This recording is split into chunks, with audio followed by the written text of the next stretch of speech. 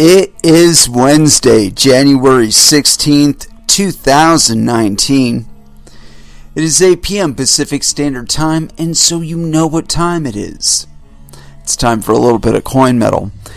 And it was a no jujitsu, get your ass kicked at Jiu-Jitsu Wednesday. I actually did a couple classes yesterday, so I felt that kind of got me caught up. You know, it's like this whole week has been kind of goofy, and I've been trying to get at least like one more class in. But there's this weird thing that happens at about like 4 o'clock, and I start feeling this like weird itch. And like it gets more intense and more intense as it gets closer and closer to 5 o'clock. And the only thing I can think of is that it's jiu-jitsu, and it's like some telepathic link between me and all my gym partners and whatnot, and they're like checking in to see if I'm gonna go and shit.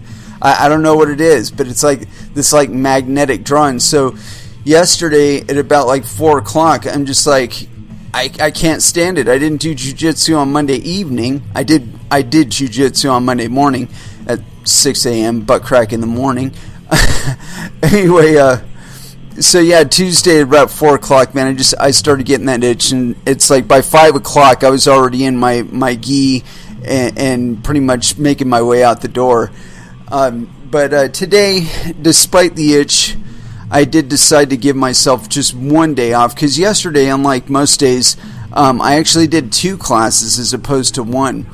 And you know, the one drag about this show is that it lines up right for the last of the classes for the day, and so it's like as soon as that class is over, there's another hour or so worth of open mat available, and it's like, so as soon as that class is over, I'm bailing out the door, and a lot of times I've actually ran out the door slightly before the end of the class, only because the instructor ended the class slightly after 7 o'clock. Anyway, point being that I usually try and get out the door back here and set up and whatnot in time for the show. And so, you know, that doesn't leave any time for open mats afterward. And yesterday, I could have stayed for the open mat afterward, but I'd already done two hours of jiu-jitsu. And, you know, at this point, I'm just really trying to extend my tank. You know, I've been finding myself stalling out and whatnot. And although I do feel like I've been getting a better control of my breath and my heart rate, I am still having a lot of issues with regard to endurance, overall longevity of play. You know, I'd like to get back to where I can be in that open mat for, you know, 2 hours and have like, you know, 6, maybe 7 guys try and roll with me, you know, during that time. I'd like to get back up to that, and so it's going to take a little bit of effort. But I don't know, I keep finding little glitches in my game, but I did find a really interesting little tidbit for the back. I think it was on the fundamentals class I did yesterday. Actually, I'm almost positive that's what it was, because I did both classes, and so I'm just like, I'm kind of bemused as far as like which one was which, and it was either the fundamentals class or the Jiu-Jitsu 1 class afterward. But we were doing back take stuff, so you know, if somebody's already got your back, going from there to a what was that position? Just getting into side control from there, or trying to transition from side control into there. And I've told you guys many times on this show that although it's not the most opportune place to be, and not that I'm all that successful with it, I do find that I don't mind somebody being on my back as much as a lot of people do. Because in truth, you only really have to control one arm, and that's the arm trying to choke you. If you've got a control on that arm, you've got an arm and 2 legs to try and get you the fuck out of whatever situation you're currently in. And of course, my biggest problem seems to be that I end up getting caught in triangles and arm bars and trying to escape those. Mostly because my game tends to be really pressure oriented and really inside pressure, you know, although there's some things that I could be doing to make even that better. But yeah, I got a what did I get? I think I got an arm bar, or not an arm bar, an arm triangle on somebody. I came really close to getting an arm triangle on an equivalent belt, which was terribly exciting. Although I was in his guard, so the likelihood of me being able to close the deal on a arm bar was pretty low.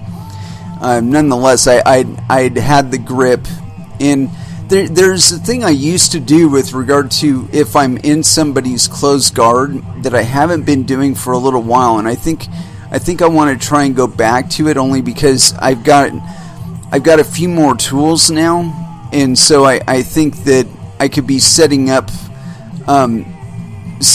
bigger opportunities, you know, from that position. Like I saw something the other day of transitioning from a side control all the way over to an arm bar on the opposite side of the person's body, and I thought that was just fucking the bee's knees, man. I mean, that's something that I could conceivably pull off, because it wasn't a really big flamboyant move. And I was talking to my training partner on Monday about that I tend to prefer movements that are really efficient. You know, so it's like, what's closest to me? What can I get a hold of from here that's tactical or will improve my situation? You know, and that, I think that's just like the root of what I do, you know. Like the other day, or yesterday, when we were doing the back take thing, one thing I noticed was that, you know, so you got somebody on your back, you got two hands around the wrist that's over your shoulder, so you've neutralized the choke, right?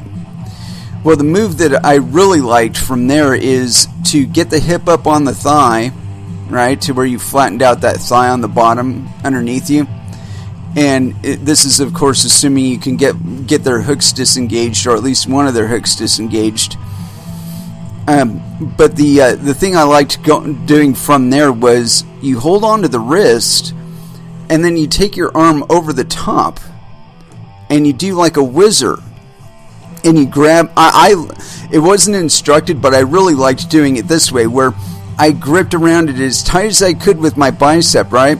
And then I grabbed onto my lapel, so I had that extra amount of hold on there. And the other thing I noticed was that I got, as soon as I could get my right foot to the outside of their left foot, that if I hooked their foot and pushed in as I was trying to get out, it seemed to clear the knee and put them in a position where they weren't really able to get it back locked in around me. And so, yeah, like I said, I really liked that as far as a back take thing, and the holding onto the arm like that. I found that I was able to get the person get all the way to full mount from a back take position. Using that little arm grab thing where I was holding onto my lapel, because, you know, after you get your hips all the way on the other side of their thigh, you're pretty much home free, you know. And so then I would park my left hand by their left thigh, or the outside of their left thigh, you know, on or about the hip area, so then they couldn't roll into me. And from that position, I mean, I could conceivably go up to like a Kimura and whatnot, where I just pulled their upper body up with me, because I've got that arm wizard, you know. And I don't know, maybe bring the inside knee across the bicep and you know, crank in that Kimura. Anyway, so yeah, that was a lot of fun. I managed to get some really nice mounts from that.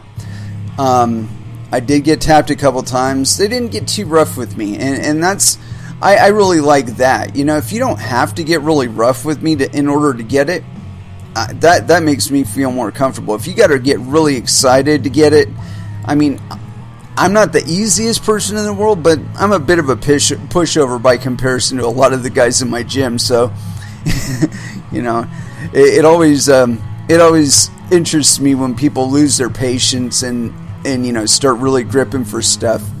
And I really like to keep that as the place where my opponent is. You know, I like to keep them living there, where I'll feel them tense up to go to a specific position, and it's like I immediately think, what's available on that side? What's going over there?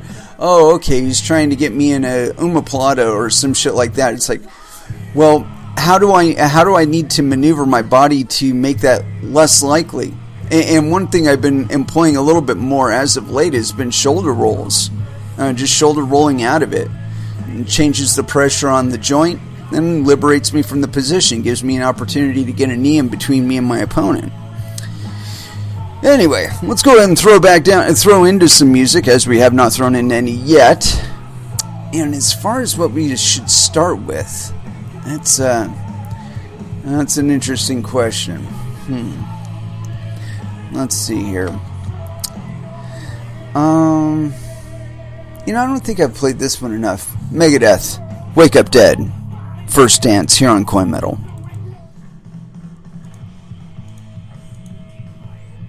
And that was Killing Joke with Asteroid. If you couldn't figure that one out, that is.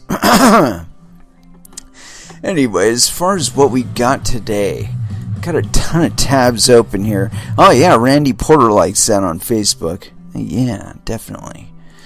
It just gets you, right? If I were on a treadmill or something like that, I'd like bump it up to 7 or 8 miles an hour and just go balls out for a little while there. At least that's balls out for me. I'm sure some of you are hearing that and going, anything under 12 is a jog, man. Well, I just don't have legs like that. Sorry. Anywho, as far as what we're going to get into today, I got an interesting thing here, which I may get into. It's a full report. Yeah, it's only 4 pages. Yeah, we can definitely get into that. USDC apparently had some Grant Thornton LLP do a attestation report. So apparently they've had their books reviewed. And I saw something recently about what was it? USDT bowing out or fading from view or something like that. Let me see if I can find that. Let's see here.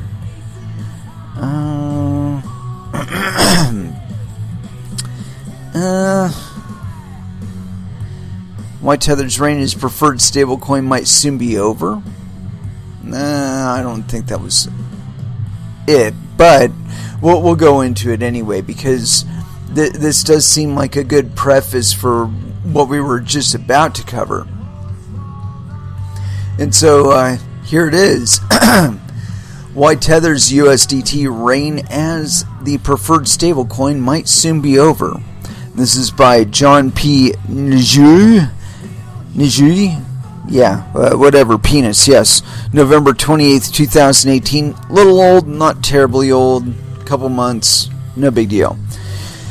Ever since Tether USDT was first listed on Bitfinex back in 2015, crypto traders have preferred the stablecoin whenever Bitcoin and the cryptocurrency markets took a turn for the worst.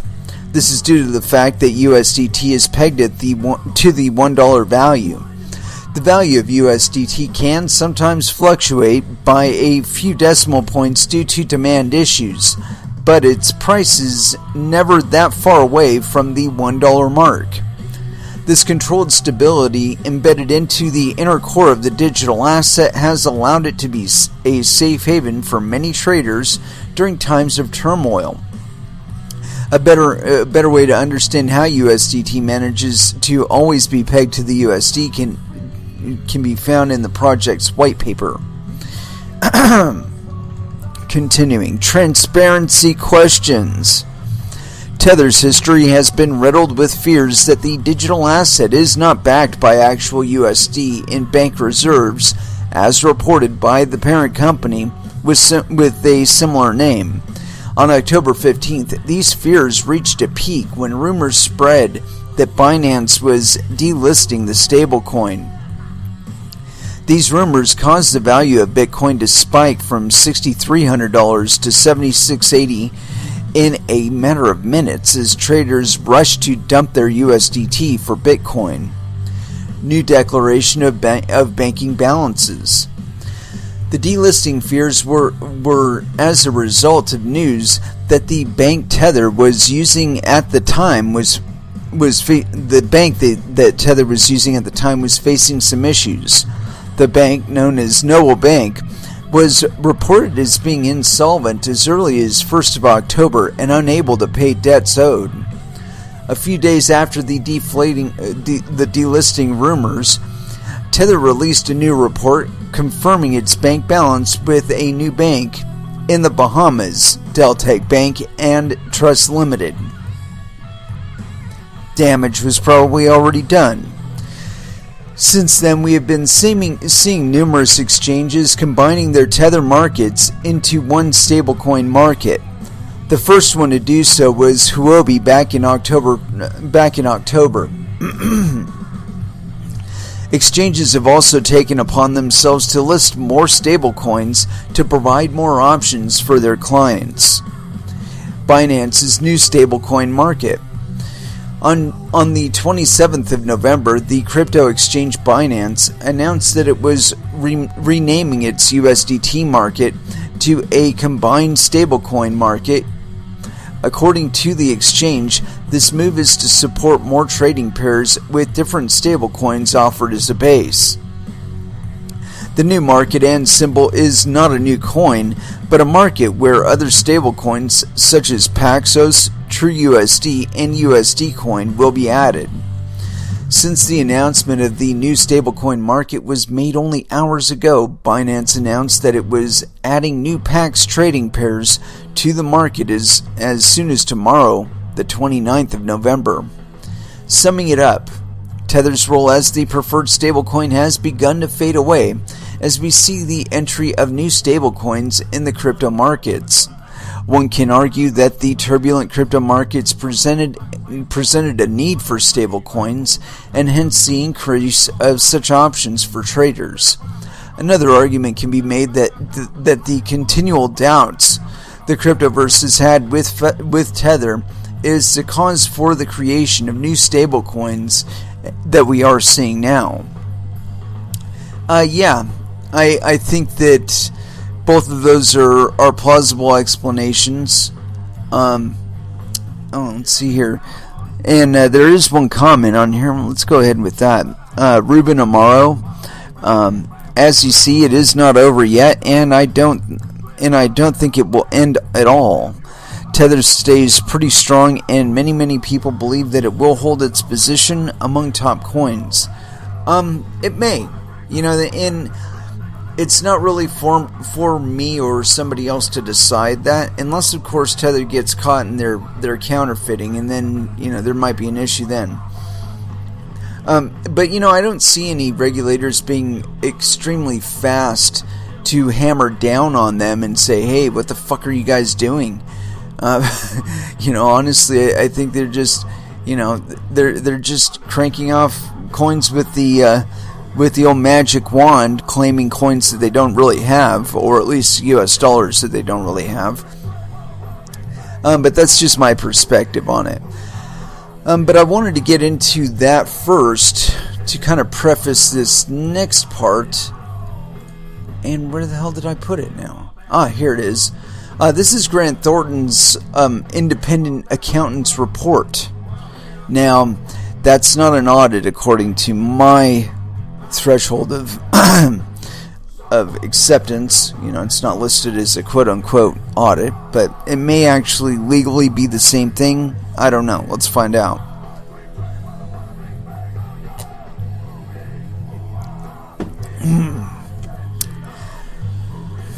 Independent Accountants Report. Board of Directors and Management, Circle Internet Financial, Inc. We have examined management of Circle Internet Financial, Inc.'s assertion that the following information, hereafter the reserve account information, in the accompanying reserve account report as of December 31st, 2018 at 11:59 p.m. UTC. PM. Wow. Late. Report date and time is correctly stated based on the criteria set forth in the reserve account report. USD coin, USDC tokens issued and outstanding is 211,148 USDC. 2 US dollars held in custody in accounts is $251,211,209. 3. As of report date and time, the issued and outstanding USDC tokens do not exceed the balance of the US dollars held in custody accounts. I got a lot of questions as to how they properly assess that one, but maybe they'll answer them here. Circle Internet Financial Inc.'s management is responsible for its assertion. Our responsibility is to express an opinion on the reserve accounts information in the accompanying reserve account report based on our examination. Our examination was conducted in accordance with attestation standards established by the American Institute of Certified Public Accountants. Those standards require that we plan and perform the examination to obtain responsible assurance about whether the reserve account information in the accompanying reserve account report is correctly stated based on the criteria set forth in the reserve account report.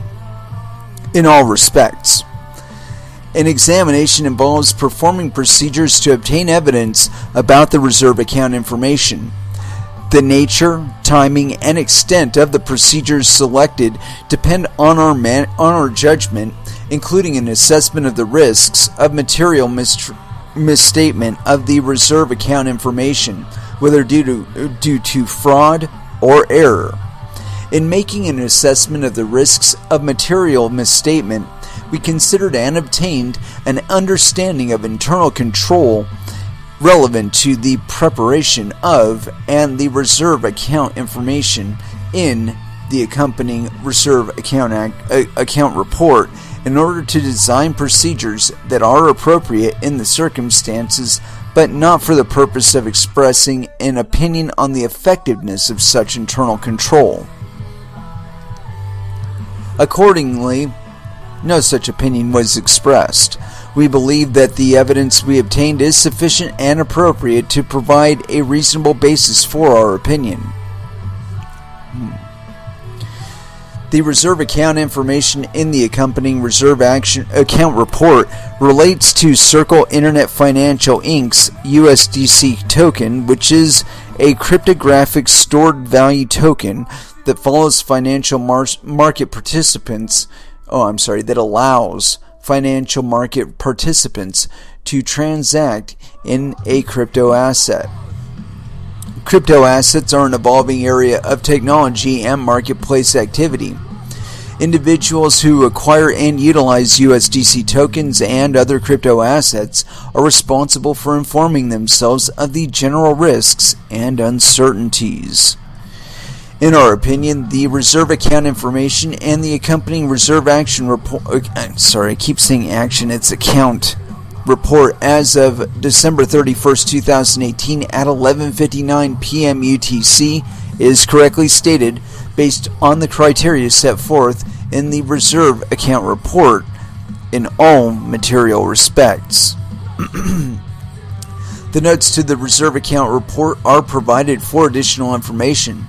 Such information has not been subjected to the procedures applied in our examination, and accordingly, we do not express an opinion or provide any assurance on it.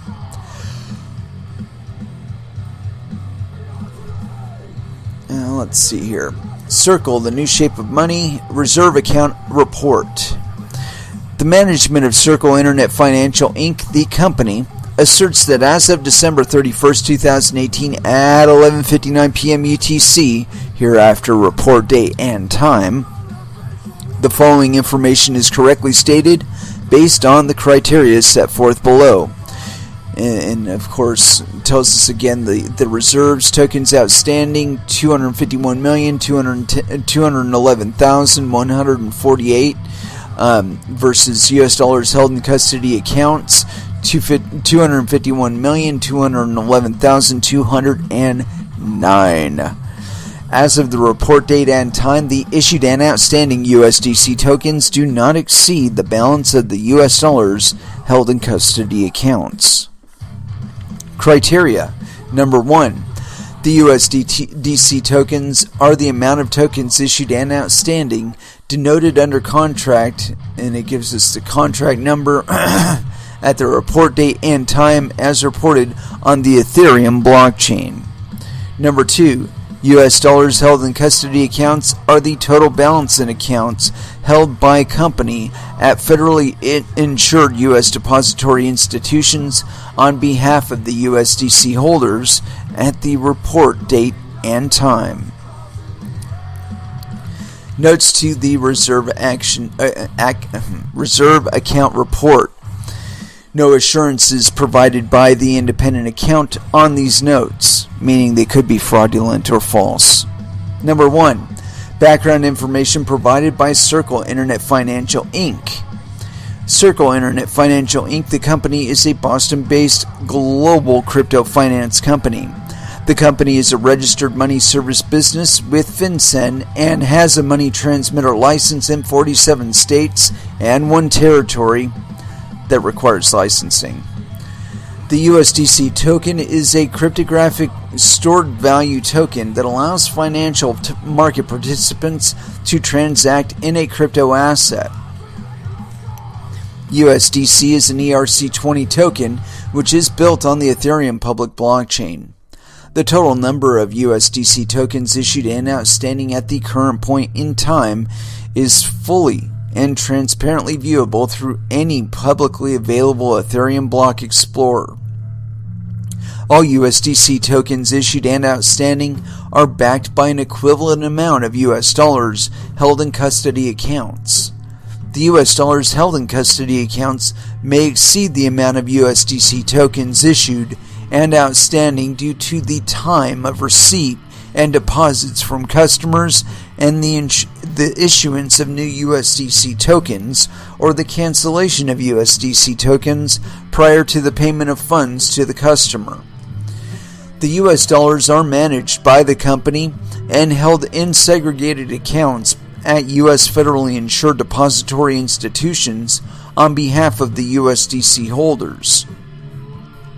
The relationship between a USDC holder and the company is governed by the company's customer agreement, which can be found on the company's website, and it gives us a link, and we're not going to read it. Number 2, discussions related to crypto assets generally. As of the date of this report, crypto assets remain an evolving area of technology and marketplace activity. To those who choose to invest in crypto assets should inform themselves of the general risks and uncertainties associated with such assets. Number 1. Crypto assets are owned anonymously. While the public keys associated with crypto assets reside on a blockchain and can be viewed publicly, the ownership of the crypto assets is normally not registered and therefore anonymous. Ownership of crypto assets is evidenced primarily by the possession of the underlying private key, i.e. passcode. The processor of the private key controls the corresponding crypto asset. Number 2. Risks of irreversible transactions. Transactions for most crypto assets that occur over the blockchain are generally irreversible, even if such transactions occur fraudulently or accidentally. Number 3. Risk of loss of asset. If a private key is lost or fraudulently used, the crypto assets may not be recoverable. Number 4. Regulatory uncertainty. Legislative and regulatory changes or actions at the state or federal level may change or affect the use, transfer, exchange, and value of crypto assets. The effects of any such changes are not determinable as of the date of this report. Yeah.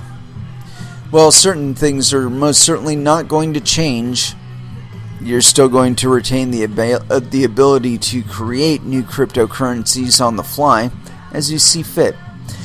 But yeah, as far as this report goes, it's just to make people feel okay about it. Just because the reserves are actually in segregated accounts doesn't mean that they are unencumbered. That was one of the things that I didn't see in that attestation, is an indication of whether or not the funds were 100% USDCs to expend as they will. And that's one of those little tricks that I've always been worried about with regard to stablecoins and derivatives of cryptocurrencies, is that because you're transacting in representations, you are basically you have the same issues, or you can incur the same issues that you would if you were just on a fractional reserve of basically a bank with a fractional reserve. Now these guys indicate that all of their accounts are FDIC insured. Oh, that's all well and good if you trust the government and the FDIC. But I mean, if you're already into cryptocurrencies, chances are you've already expressed a lack of confidence in legacy finance, i.e. fiat currencies, i.e. banks, and organizations such as Goldman Sachs, who happens to own Circle, which owns USDC. So you can see the potential here on the inside and the outside for a great deal of fuckery. Goldman Sachs gets nailed all the fucking time doing all kinds of fraudulent shit. So, expecting them to change in cryptocurrencies once you've gotten the transactions off of the blockchain, forget about it. Forget about it. There's no more reason to trust them before than there ever has been. And as we've indicated on the show several times, they've done quite a bit to abuse what trust the public has put in them. So yeah, as far as this attestation report, and again, it doesn't tell us anything real. It just tells us that when they were reviewed by this person that gave them an attestation, an official attestation of the truth of their statements, it means maybe he saw the totality of the balances in the books for Circle. But of course, he doesn't see the secret books and the secret books of the secret books that are triple and quadruple accounting for those funds and establishing all kinds of additional burdens on top of them. And that's one of the things that I've always been, of the opinion is kind of a danger in cryptocurrencies, is people, again, circulating tokens that they don't have backing for and ending up leaving their investors high and dry. It's a sad affair, but it does happen. And I expect it to happen more, especially with these stable coins. I don't believe that they have the 100% reserves that they claim to. And like I said, this is Goldman Sachs that's backing Circle, so they do have liquid reserves. But again, as to whether or not the reserves that are backing USDCs are unencumbered, that was not established in this attestation.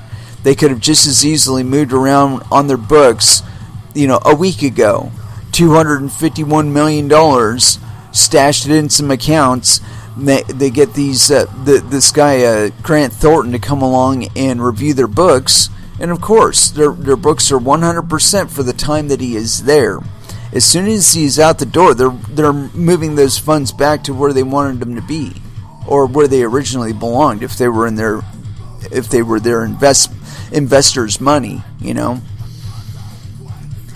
But yeah, like I said, I don't believe that these guys are as solvent as they say they are. I don't really believe that stablecoins in general are backed as they say they are. I just don't think so. Anyway, I want to go ahead and throw down into some music. I just had kind of a weird call, and I want to check it out really quick. So that'll give us a little time to listen to some music. And I'm sure I got plenty of stuff on later on afterward that, keep us busy. Anyway, let's go ahead and throw down into some music. And as far as where to go, not Ministry, Pantera. Yeah, Pantera. What's a good one? A New Level here on Coin Metal.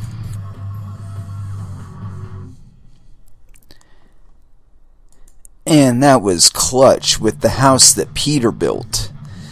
Yeah, I kind of let the computer select that one. Things were running a little bit over just because, had to sort some stuff out. But nonetheless, I did find something really interesting in the interim that I wanted to get into. And I don't know how this pertains to the rest of what we've been talking about today, but it's all exchange and coin related, I guess.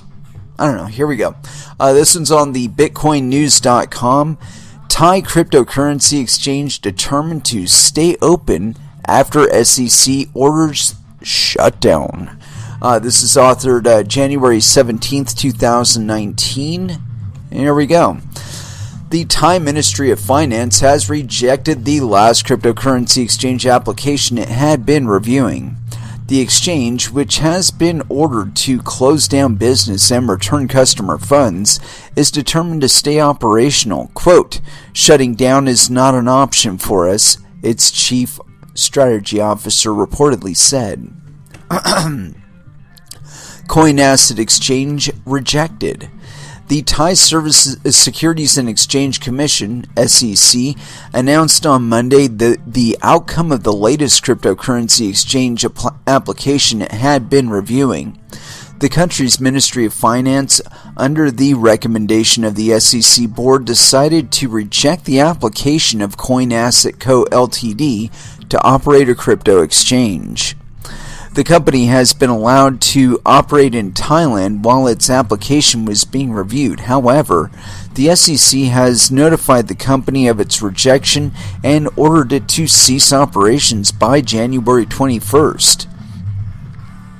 The regulator told the exchange's CEO Sylvanus Yamdi that the minimum processing time is 4 months should the exchange reapply for a license, the Bangkok Post reported on Wednesday. Yamdi said his company will meet with the SEC on Friday and discuss continuing crypto operations. The news outlet further quoted him as saying, quote, "We are seeking a way to keep our digital asset exchange operating as the business cycle is moving towards a peak. We are unable to endure such as long processing time. The business cycle is on the rise, and there are costs for conducting daily business. It's not easy to maintain customer loyalty." Damn Skippy, it's not. You gotta put up or shut up in this game. With about 10,000 customers, the exchange's 24-hour trading volume is approximately 91 million baht, about $2.87 million at the time of this writing. In August last year, the exchange unveiled its own line of cryptocurrency automated teller machines. It also lists JFincoin? Yeah, the country's first initial coin offering, launched by a subsidiary of a company listed on the Stock Exchange of Thailand, J-Mart PLC. The Thai Ministry of Finance issued licenses to 4 cryptocurrency businesses on January 8th, 3 of which are exchanges and 1 is a broker-dealer. The reason for denial. According to the statement by the Thai SEC, the Finance Ministry cited, quote, "a major change to the company's management which affected the readiness of the company's important work systems as the reason for rejecting Coin Asset's application."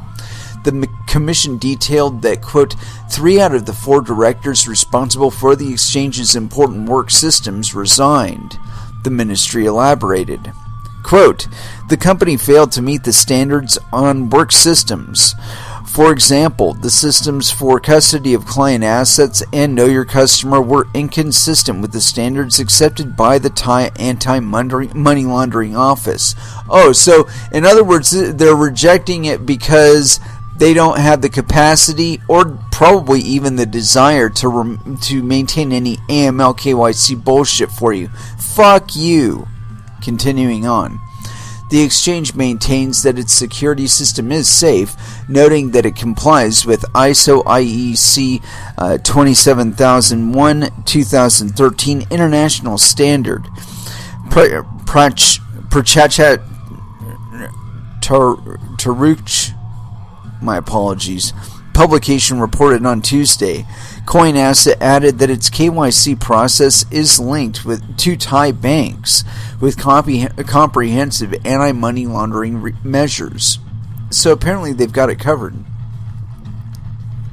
The Finance Ministry has allowed the company to keep operating until January 21st, quote, to ensure proper proceeding of related matters, including notification to the clients regarding asset refunds of asset transfers to other digital asset operators, according to the client's order.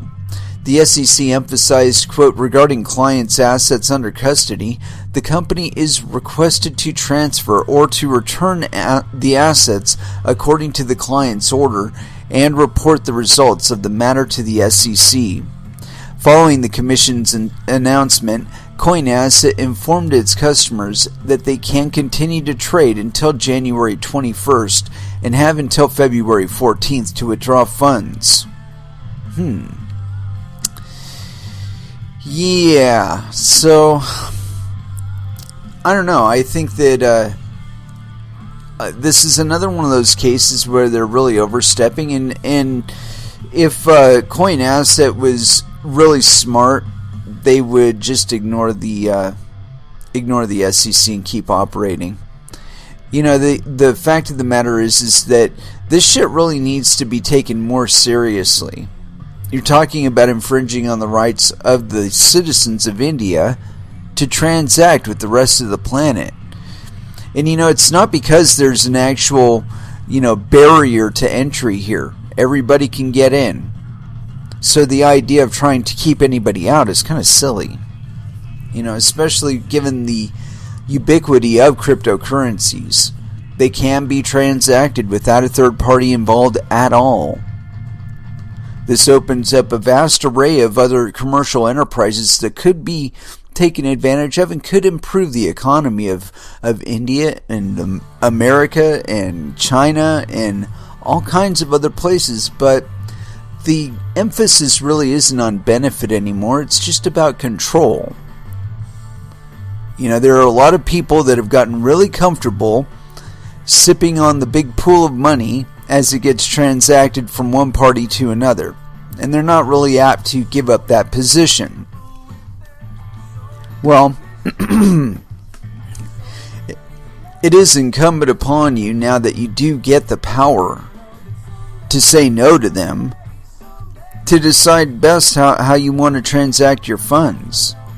If you've got a live wallet, or even if you've got a cold wallet that's got cryptocurrency in it, it's up to you how you decide to transact it. I think about it a lot, and the more I see of the way that the regulators are doing things or wanting to do things, really it could just as easily be a single family or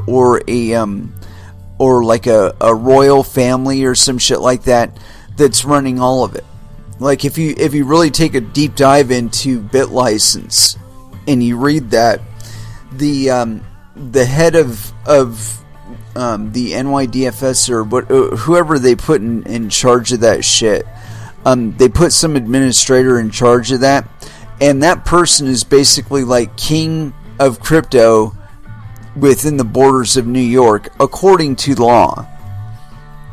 Now, I am absolutely certain there are traders right now who are logged into an account with BitMEX or any number of other cryptocurrency exchanges internationally via a variety of means, of which I will not go into too deeply here, just because, well, I want it to remain available to you.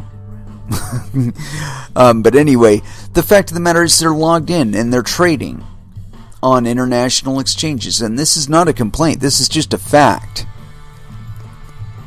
So the idea that you're going to hammer down on any one business that is operating within your borders and impair the overall business, not really.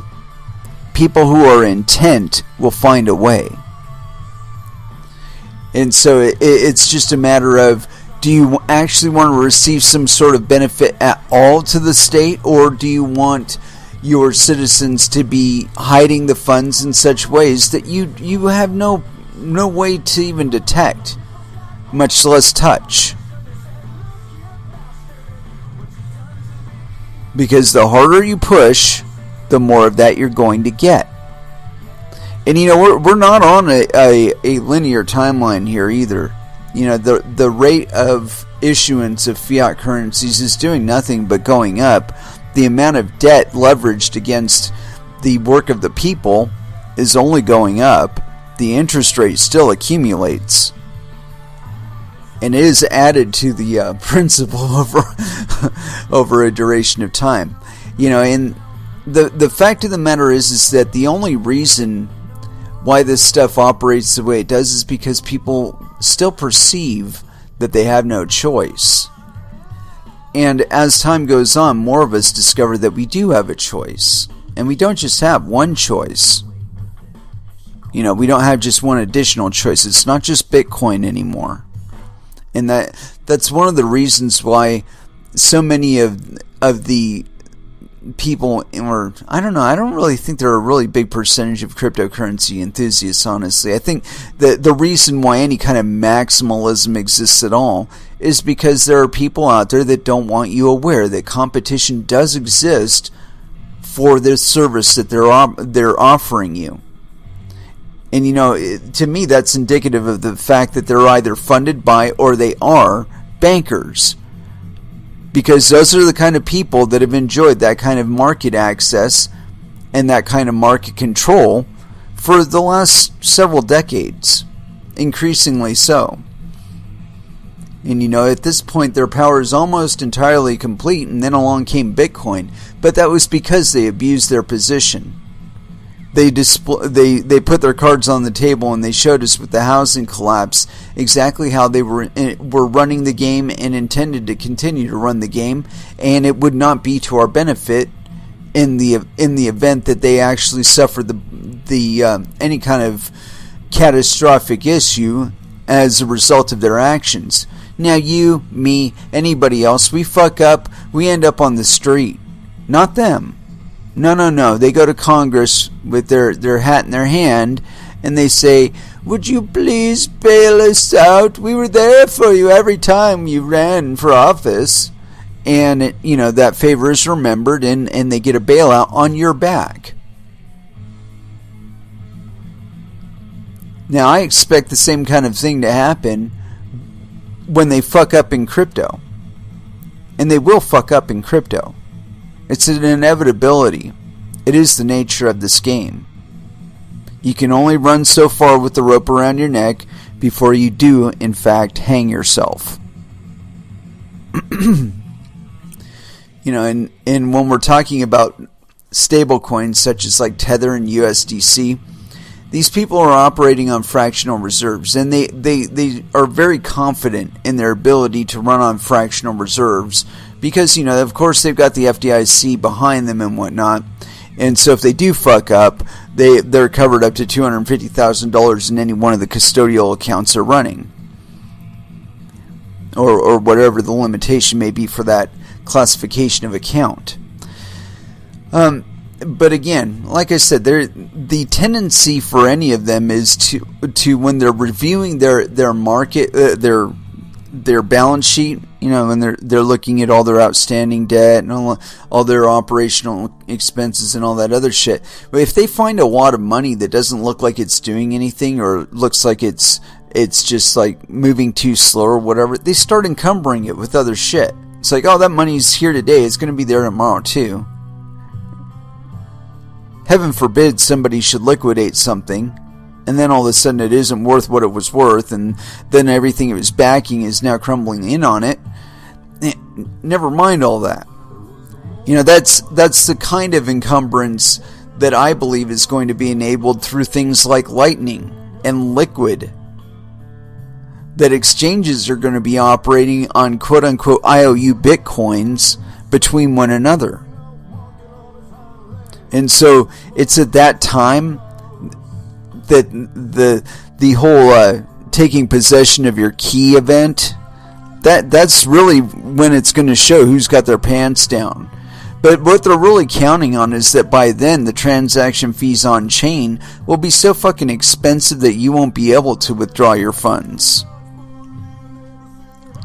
They said it best in Dune, and it was, I think it was Thufir Hawat to Paul Atreides. He said the first step to avoiding a trap is to know of its existence. Well, if you listen to the show, you've gotten all the clues to identify it, so that's what we try to do here. We try and make y'all aware. Make you all aware what's going on. It's like this guy here. I posted something on. I got into a little back and forth about LNs as I often do on Twitter. And let's see here. Where did it start here? The Blockstream satellite API is now live. Blah blah blah. Global growth. And my response to, so cool, rather than just paying the miners for mining my TX, now I have to pay Blockstream too. And you don't get it, you can, and this is Richard Satoshi Claire, I guess. Richie_Claire on Twitter. You don't get it. You can transmit data over LN with satellites. That means that we don't need actual centralized networks such as Visa, MasterCard to receive send payments. We can have BTC POS connected directly to, and I'm assuming that's point of sale, connected directly to the satellite. No need for Visa, MasterCard network fees anymore.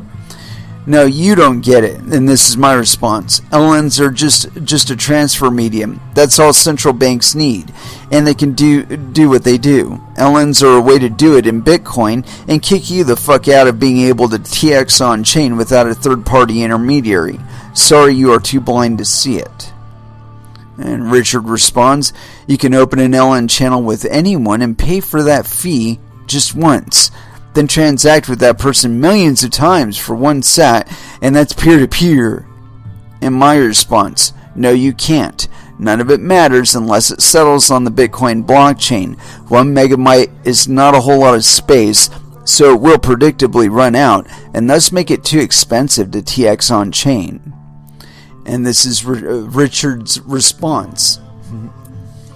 That's the whole point of LN. Take small TXs and reoccurring TXs off-chain, and Liquid to take huge TXs from exchanges off-chain. Fees are all-time low, and it will keep dropping with coming upgrades.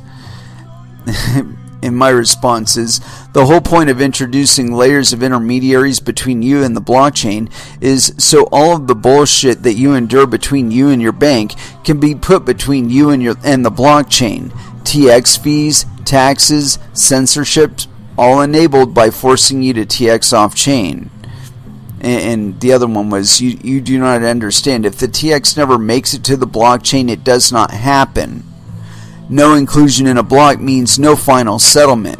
That means all the TX activity happening between open and close of the payment channel doesn't actually happen until it's closed. And that's really something I want y'all who think that Lightning is instant need to take to heart, or I think you need to take to heart, is that all that activity that's supposedly happening between you and other peers, if it's got to go through a hub and that hub doesn't bother to include it in a block, none of those transactions actually happen.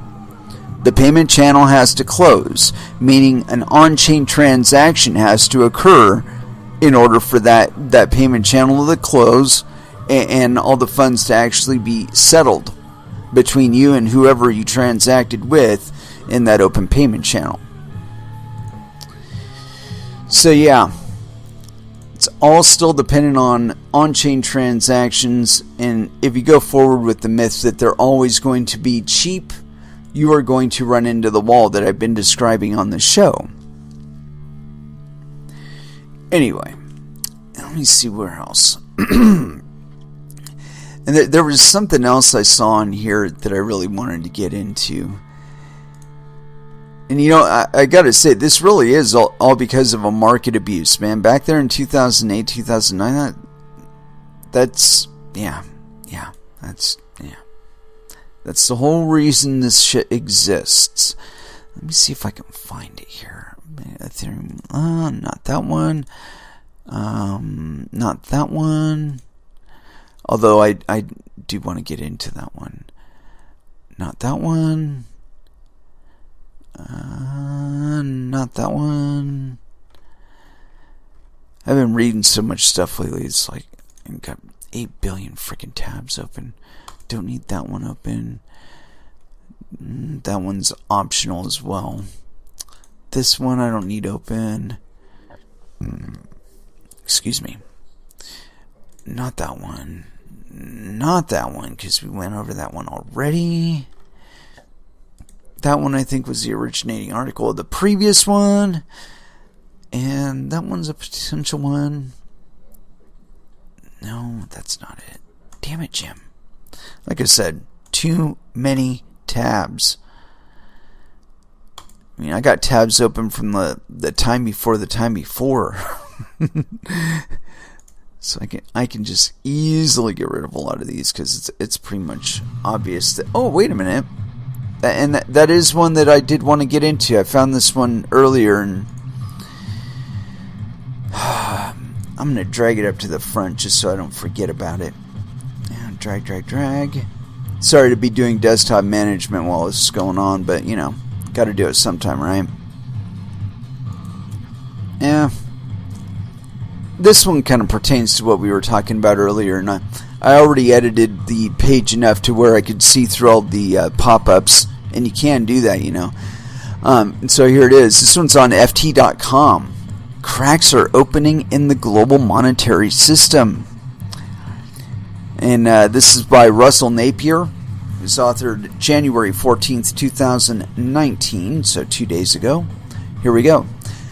While many investors are fretting over what stage of the business cycle we are in, the global monetary system is collapsing, with a whimper initially, but ultimately with a bang. A whimper is causing losses for equity investors. The bang will impact global asset prices, such as the end of the Bretton Woods system or the end of the gold standard. The system that is ending has no name. It is a system patched together in the embers of the Asian economic crisis, when many countries intervened in the foreign exchange markets to prevent the appreciation of their currencies. The impacts for investors were profound. The roughly $10 trillion rise in world foreign exchange reserves between 1999 and 2014 resulted in the forced purchasing of U.S. treasuries. Foreign central bankers owned just 13% of the treasury market in 1995, but held a third of it by 2014. This monetary system is provided a funding holiday for global savers, freeing them to focus on funding the private sector instead. Meanwhile, the central bank liabilities increased by $10 trillion. What could be better for global investors than a monetary system that depressed the global risk-free rate while boosting growth through an explosive rise in the money supply of emerging markets, particularly China? For equity investors, the combination of a low discount rate and high growth rate drove prices and valuations higher until 2014. Since then, though, the foreign exchange reserves have stopped climbing. The job of funding the U.S. government has fallen to savers, not central bankers. Foreign central bank ownership of U.S. Treasuries has fallen from a third 5 years ago to just under a quarter today. Savers must take up the funding slack while also buying the treasuries now being sold by the Federal Reserve. The structural shift in the demand for treasuries comes as supply is boosted by the Trump administration's fiscal policy. Savers now have to fund the U.S. government, and to do so they have to either sell other assets or save more. All the movements in asset prices over the past 6 months bear witness to the huge shift in savings underway, with negative implications ultimately for economic growth. The whimper is evident, but how will the bang look? Lower growth, lower inflation, lower asset prices, and the prospect of declining cash flows will always raise questions about solvency. The global ratio of non-financial debt to gross domestic product is 234%, compared with 210% in December of 2007, just before the last credit crisis. If the bang of the credit default was possible 12 years ago, how much more likely is it today? For 10 years, the growth of debt has outstripped growth in broad money and nominal GDP. Central bankers have bought growth by sacrificing financial stability. The other side of low growth in world foreign reserves is the low growth in money supply of exchange rate targeted regimes. These problems are particularly acute in China, with broad money growth at its lowest in the post-Mao era. The country's debt-to-GDP ratio is rising at probably the fastest rate ever for a big economy in peacetime. This is the economy that we are told is de-gearing and reflating. It is not, and the burden of the economic adjustment enforced by the end of the growth in its foreign exchange reserves and hence money supply will probably be deflationary and will involve debt default. China will probably move to a flexible exchange rate, thus creating the freedom to grow and inflate away these debts. It is the exchange rate adjustment that will destroy the current global monetary system. The key consequence of this collapse will be the destruction of the euro. The expected success of the far right and far left in the European parliamentary election in May this year augurs the beginning of the end for the currency union. Both extremes share a commitment to the return of sovereignty of their parliaments that is incompatible with a single currency. That end will come even more quickly with the resultant economic pain from the collapse of the global monetary system, and it is likely to begin with the implosion of capital controls by key Eurozone countries. In the financial, political, and social maelstrom of a Eurozone dissolution, investors should not expect property rights to be respected. The UK, where democracy and the rule of law will remain largely unchallenged, will become an attractive safe haven investment for European investors facing increasing authoritarian regimes and property sequestration on the mainland. Monetary collapses bring social and political ruptures, and we now face two such collapses. It would be naive for any investor to assume that, quote, government of the people, by the people, and for the people will survive such ruptures. The risks remain highest in Europe. I disagree on a couple fronts. For one, we're not anywhere near disarming the American public, so the likelihood that we're going to experience it in the same fashion is a bit lower. Now, I have noticed an uptick in really aggressive anti-firearm legislation here in my state, and I'm just going to say this. If they ever get to actually trying to pass and then enforce these laws on Oregonians, I don't expect it to go very well for them. I really don't. There's probably a higher percentage of recovered veterans here in Oregon than any other state, any other Western state at least. And those people actually fought. So that, they are well aware of tactics. They're well aware of gear and activity. So yeah, I don't think it's going to go over very well if they ever try to take that to implementation. And that being the case, I expect America to remain a bit more sovereign in the backlash to this shit. And I think that's one of the reasons why there's been the recent attacks on masculinity, is that masculine men would be far more tempted to defend their homes than effeminate men. And so, there's that kind of, it's a kind of dumbing down thing. And I don't see it working all that well. Pretty much all the social media that I've got has been a rejection of that. I mean, there's a few people in there that argue for it, like there is really some sort of like plague of masculinity that's just like fucking everybody over and whatnot. No, masculinity is not your enemy. In many households, that masculinity puts the bread on the table, and so you got to respect a little bit, Anyway, let's check out some of these comments on here. They're always the very most entertaining part of any article you find online here. Muppy, now want to bet? Probably not.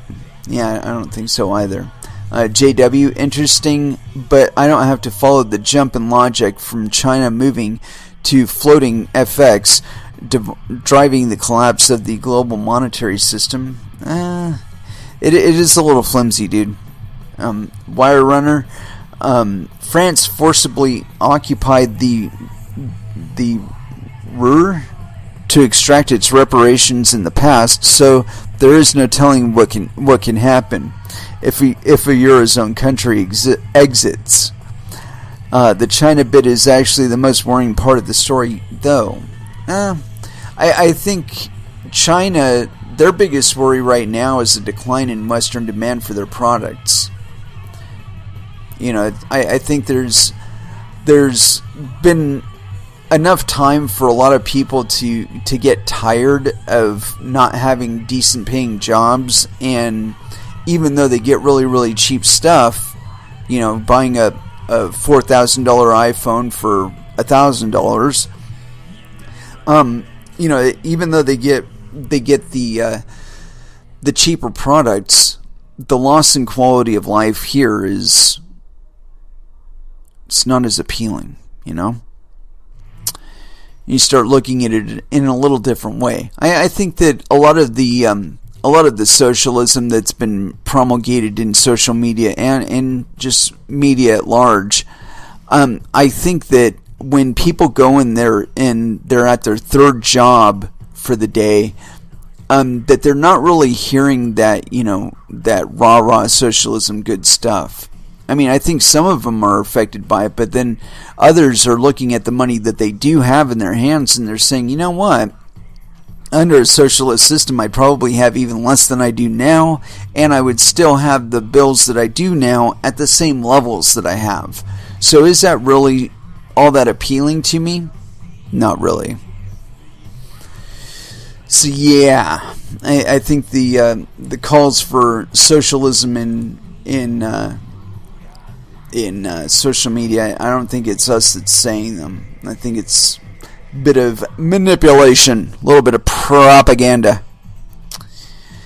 And it's funny. I was talking to somebody about this earlier today, and it made me think about it.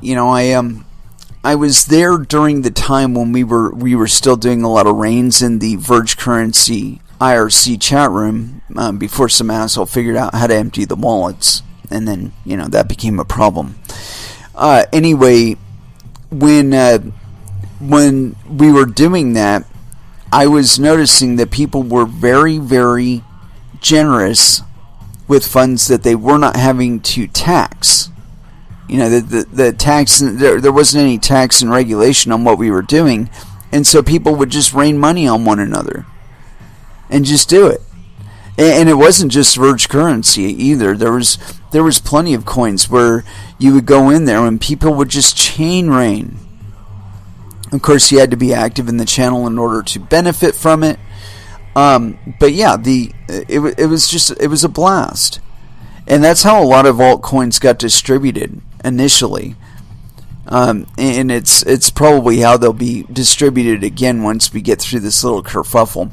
I think that what we're seeing, at least within the crypto sphere, these pushes to go off chain and things like stablecoins and institutional investors getting involved further into the crypto sphere and whatnot. I really think those are like the last gasps, as we're floundering around trying to find some fucking liquidity. That people look in the crypto sphere and they see that we're not transacting on debt, at least unless of course we're doing margin trades, and that I don't do that. But they can see that we do have liquidity. And so they're like, well, I want some of that money too.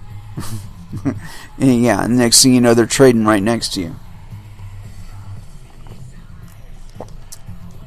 It's an infection. Anyway, I got this article here, and this one is kind of interesting because it does relate to Tether just a little bit. But I will say this, that the title of this is pretty scurrilous. I don't necessarily support this view, but I have yet to see anything to contradict it, so I gotta wonder. Anyway, this is on steemit.com. Brock Pierce is billionaire Bitcoin board member, founder of Tether, and alleged pedophile, a covert CIA asset. I don't know. Let's find out. Some may know him as the childhood actor that starred in the hit movie The Mighty Ducks.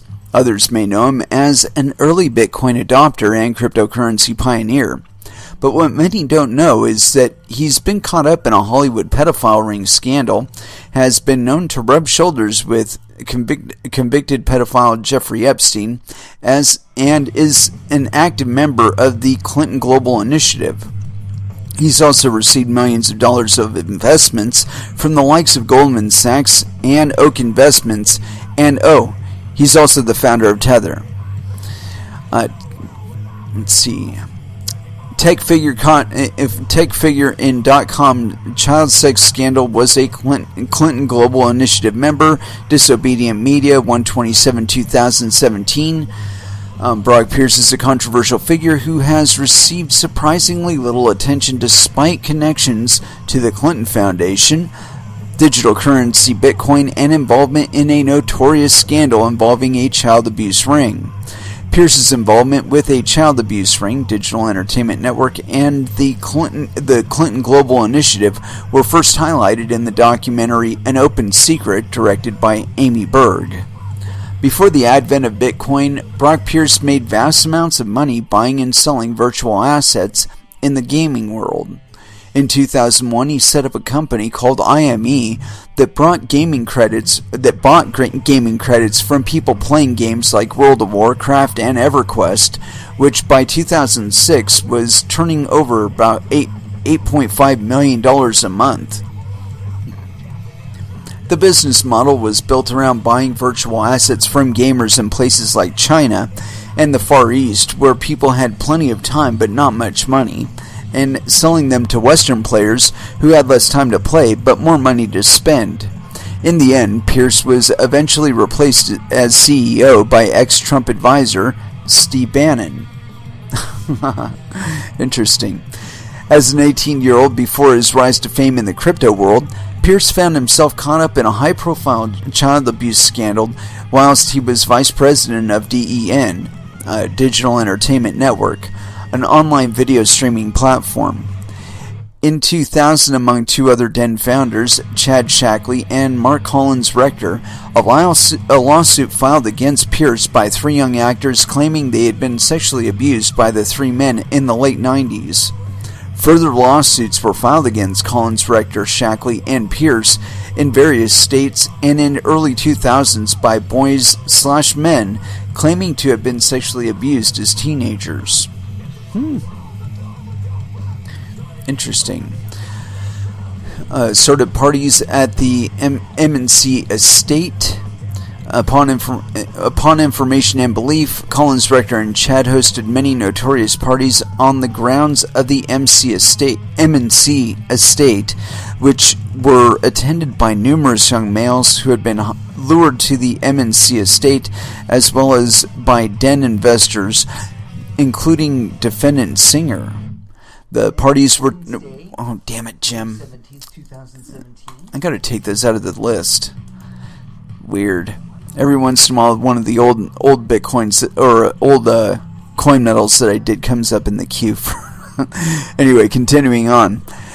Further, the parties included the distribution of drugs and alcoholic beverages to the teenage boys at the party. Upon information and belief, the nature of the parties was well known and notorious among many men in the Hollywood entertainment industry. Interesting. Mystery man at the center of alleged Hollywood sex ring has vanished. BuzzFeed 4/24/2014. One suit filed in Los Angeles Superior Court in July 2000 listed the plaintiffs as Egan Alexander Burton, who played Pyra in the first X-Men film, and Mark Ryan. All three were den employees, according to the court documents. An attorney for the plaintiffs, Jacob Arash Shabazz, told BuzzFeed the case was over alleged sexual abuse. Collins, Rector, did not respond to the suit, and the plaintiffs were awarded a multi-million-dollar default judgment, according to court records and the Associated Press. And we're not going to go too much further into that, just because I think it's kind of goofy. With Brock Pierce and Chad Shackley eventually settling out of court, Mark Collins, Rector, was the only one out of the three ever to be charged. Since Rector's arrest, he has been in and out of prison, changed his name, and is now a broke, disabled recluse living a life of anonymity and in a tiny little flat in the port town of Antwerp. And found digital pioneer Mark Collins, Rector, lost millions before he vanished, believing that movie mogul David Geffen wanted to destroy him. Now he's broken alone, but the sex scandal he left behind continues to consume Hollywood. In the early 2000s, whilst in Spain, Rector, Shackley, and Pierce had built up an extremely profitable business buying and selling virtual world gaming assets. By February of 2006, Goldman Sachs, together with a consortium of private funds, invested $60 million into Pierce's and Rector's company, netting Pierce $20 million, whilst still retaining controlling interest in the company. The odd thing about this investment deal was that even before the Goldman Sachs deal was done, profits in IGE were falling, and in January 2007, the company was losing more than $500,000 a month.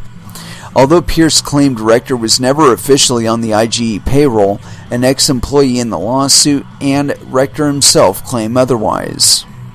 And this is the one I was more interested in. Tether. There's been a lot of controversy surrounding Tether and the Bitfinex exchange over the last year, since it was revealed in March that Wells Fargo had blocked all international bank transactions with Tether. People have been speculating that Tether is no longer backed by US dollars. This has led some people to believe that Tether Limited may have been issuing millions of USDT coins a week and funneling them through their parent company Bitfinex to other exchanges, eventually trading them for Bitcoin. In April 2017, we announced that Tether's primary banks in Taiwan were being blocked by U.S. correspondent banks, including Wells Fargo. We are among a number of innovative companies in the digital token space experiencing such banking roadblocks. Although Tether is technically a cryptographic currency, it isn't actually mined like conventional coins. Instead, it is issued, it seems, whenever they feel like it. Much of how and why and when tethers are generated still remains a mystery, even though they claim in all their promotional material that they are a transparent company. Up until recently, Tether stated in their legal documentation that there is, quote, no factual right or other right or legal claim against us to redeem or exchange your tethers for money. This has since been updated. For a company that advertises that every tether is backed by $1, this legal statement seems rather conflicting. Here's a great blog post by someone on Seeking Alpha that has examined the movement of Tether and Bitcoin funds between exchanges and how they were possibly used to manipulate the recent rise in the price of Bitcoin. Actually, I throw a lot of bullshit on that on the claim that that spike was manipulated. A lot of the traffic on the Bitcoin network would indicate otherwise.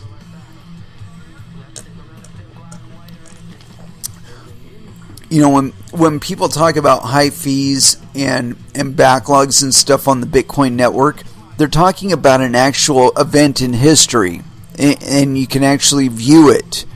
If you look back on the transaction volume on the blockchain, there's plenty of charts that indicate it. You see these huge spikes, and that's because monetary value is being transacted on the Bitcoin blockchain. You know, that's how you get those spikes. Anyway, continuing on. Tether is a cryptocurrency issued by Tether Limited that is supposedly backed by US dollar reserves, hence allowing traders to have a portable version of the dollar. Numerous indications of fraud, failure to produce an audit, opaque banking relationships, strong correlation between Tether's supply and the price of Bitcoin, among other things, led me to believe that Tether Limited was issuing fraudulent tethers, i.e. not backed by USD, and funneling them into other exchanges through Bitfinex to buy Bitcoin, rapidly increasing its price in the process.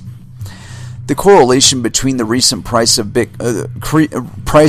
Bitcoin and the amount of tethers being issued has led some people to believe that Tether has been helping to pump up the price of Bitcoin. We can see that Tether started off in 2017 with a little under 15 million coins, but now has more than 1.6 billion. Actually, they were up to 2.5 billion at one point. This means they have issued well over 1 billion coins just in 2017 alone. Much of these were issued whilst Tether did not even have an official bank account. So if they had no bank account to back tethers, yet were still issuing them, how were they backed? To me, there can only be two reasons. Either they were or are lying about backing Tether with dollars, or they received more than $1 billion of investment from an unknown backer. Tether's odd business practices and cozy relationship with Bitfinex has even made it to the pages of Bloomberg News. There's an $814 million mystery near the heart of the biggest Bitcoin exchange, Bloomberg 12/5/2017. Among many mysteries at the heart of the cryptocurrency market are these. Does $814 million of the digital token known as Tether really exist? And what is Tether's connection to Bitfinex, the world's biggest Bitcoin exchange? Some wonder whether Tether has helped pump up the price of Bitcoin, which recently surpassed $11,000 at the beginning of the year below 1,000. And yeah, we're not going to cover their balance sheet. CIA conspiracy. Can Brock Pierce be trusted? Well, the author of this fully sourced timeline of the events thinks not. In response to an open letter written by Brock Pierce in 2014 denying all sexual abuse allegations and published by the Wall Street Journal, the blogger points out that Pierce failed to cover his time spent in Spain with Rector and Shackley shortly after the first accusations were made in 2000. Brock Pierce timeline, 6/19/2014. According to Devonville's original legal complaint, also reported by Julian Dibble, Pierce spends his time trying to get Collins Rector out of prison, going so far as to travel to Liberia to bribe/purchase an ambassadorship for Collins Rector, which would grant him diplomatic immunity. There are at least 5 months before the summary judgment that the lawsuits are being written about in the mainstream press, and 3 other Den executives who are brought into these suits shortly thereafter. During this time, Brock Pierce is not living in some remote place without access to communication. He's launching an online business in Spain, so it strains credibility that nobody in America would have been able to reach him to inform him of the lawsuits, as he claims. There's no indication that he returns to the U.S. at any time before Mark Collins Rector is released from Spanish jail, extradited, and charged in New Jersey. So how is it that out of the 2 people who were arrested for allegedly being part of a high-profile Hollywood pedophile ring, only one ends up being charged and disgraced, whilst the other becomes a successful Bitcoin billionaire? Was Brock Pierce let off of his crimes and then placed into a position of power within the digital assets/crypto space by the CIA? Is Tether a way for the U.S. government to keep track of people cashing out of Bitcoin? Are the CIA secretly funding Tether through offshore companies? No, actually I suspect Goldman Sachs is secretly funding them. Continuing on. Having the ability to potentially affect the price of Bitcoin, and also having access to people's financial records at the point of cashing out would be something I'm sure a lot of government agencies would be interested in. This leads me to speculate that Tether could in fact be a government-funded cryptocurrency designed to monitor and control the cryptosphere. In my next post, I shall be delving further into Bitcoin's recent price rise, and I'll be looking into Bitfinex's relationship with Tether and Brock Pierce. It's very interesting. But I will say this, a lot of it, I would say, is probably FUD. They really jump all over the pedophile angle, and I wouldn't be surprised if it's true. But at the same time, Goldman Sachs' fingers are all over Tether. They are. If you dig deep, there's several relationships between institutional investors and current crypto projects, and Tether is absolutely no exception to that. I did an episode relatively recently. No, actually, it's been a little while ago. But basically, it was whose wrecked is it anyway, and it was about Tether, Bitfinex, Bithumb, and there was one other thing in there. I think it was USDC. I couldn't really tell you. But all of them were linked.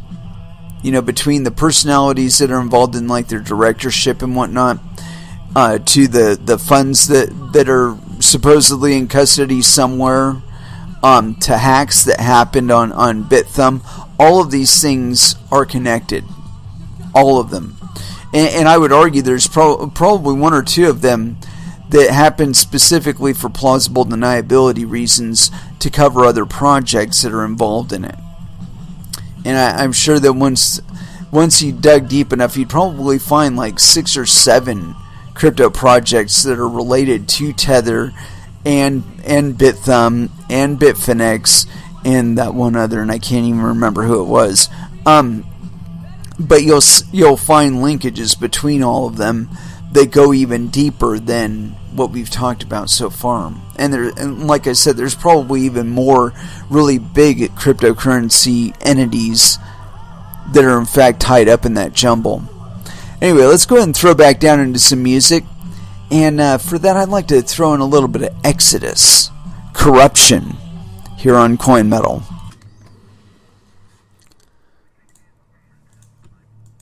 And that was Voivod with Obsolete Beings. Anyway, we are coming to the close of this episode. But I did catch something that was kind of funny. I think this is interesting given what we've been talking about tonight. And so here we go. This is on dailyhodl.com. Ripple calls on U.S. regulators to treat XRP like Bitcoin and Ethereum. Ripple's Director of Regulatory Relations says policy uncertainty is the only thing keeping XRP from achieving mass adoption by banks and financial institutions. Like we really give a fuck if they adopt anything, right? At FinTech Week in Washington, D.C., Ryan Zagoni said XRP needs more clarity to move forward. Well, it would help if they were actually clear on shit. But anyway, continuing. The challenge for adoption comes back to policy. The policy uncertainty around some of the assets has limited adoption, particularly here in the United States. And I'm speaking from Ripple and XRP because we use that asset because it's half a cent per payment. It's basically free, it scales, and it's efficient with 1,500 transactions per second and no energy burn. So we're at a point today where there are real solutions to all of these challenges that exist. According to Zagoni, U.S. regulators shouldn't treat XRP the same way they view Bitcoin. Should treat XRP the same way they view Bitcoin and Ethereum. Quote, today the policy certainty in the U.S. exists for Bitcoin and Ethereum, despite the fact that those are China-controlled platforms. Actually, they're not. They're globally controlled platforms, so fuck you. So activity goes to those platforms. What we need to do from a policy perspective in the U.S. is look at places where there are uncertainty. The only uncertainty is with you, dude. And one place I'm speaking directly for me here is XRP, where it looks like Bitcoin. It's decentralized, it's open source. We have a small 7% of the validation power on that, rather small on there, giving clarity to those ones that are very similar to Bitcoin and Ethereum that have the same characteristics, should be classified the same way, and then we're creating a level playing field across. Fuck you. No. I'm not anti-Bitcoin or anti-Ethereum by any means. I think there's a lot of great potential and breakthrough there, but we need to have a level playing field so the market can pick which ones they want to use and not be, as today they are, hindered by regulatory uncertainty. The SEC says Bitcoin is not a security, and it's not. The agency has not officially classified Ethereum or XRP, although the SEC's corporate finance director says he does not believe Ethereum is a security, and Jay Clayton says there is no need to change the traditional definition of a security. I agree on that point, but here is the difference. There is no regulatory uncertainty prohibiting banks and other entities from investing in XRP. They are not investing in XRP for their own reasons. The regulatory unclarity with regard to XRP and Ripple is that they insist that XRP is not a security, despite the fact that it's got a direct relationship, an intrinsic relationship with Ripple, the company. They seem to think that they can play both sides of this fence here. And more importantly, when you look at the operations of Ripple and how it operates, it's entirely dissimilar from a cryptocurrency such as Bitcoin and Ethereum. To my knowledge, there aren't any public miners, and for that matter, it is pre-mined. So it's a centralized, pre-mined, company-controlled token. And yet they want to do all the things that Bitcoin does, which basically replaces all the things that bankers do, but not be charged as bankers and not treated as a company, and they're not going to get that. I don't care how much money they invest in politicians and all that other shit, they're not going to get that.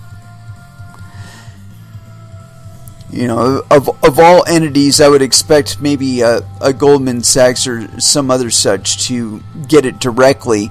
But that's the thing, is that Ripple itself is, I think they've got like the Ripple Foundation or some shit like that, or R3. That's what it is, R3.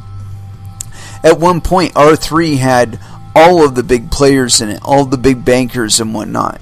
And I think what's been going on in the background is that all of the legitimate crypto actors have been getting their portions bought out from under them, or they're selling them to the bigger investors.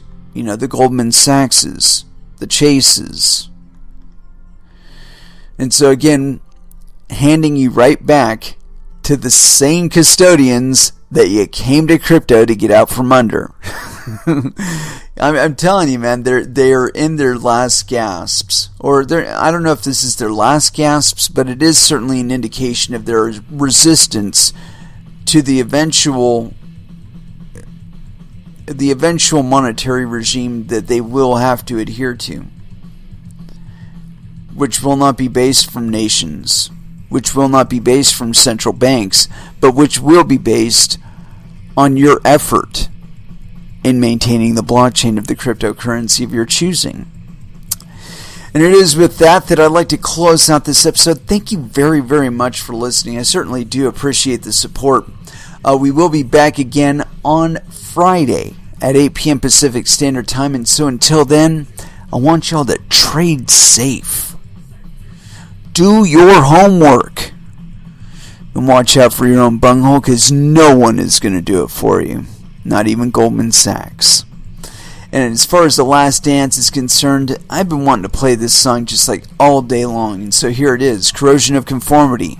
Vote with a bullet. Here on Coin Metal, Last Dance. Thank you again for listening, and y'all have an excellent evening.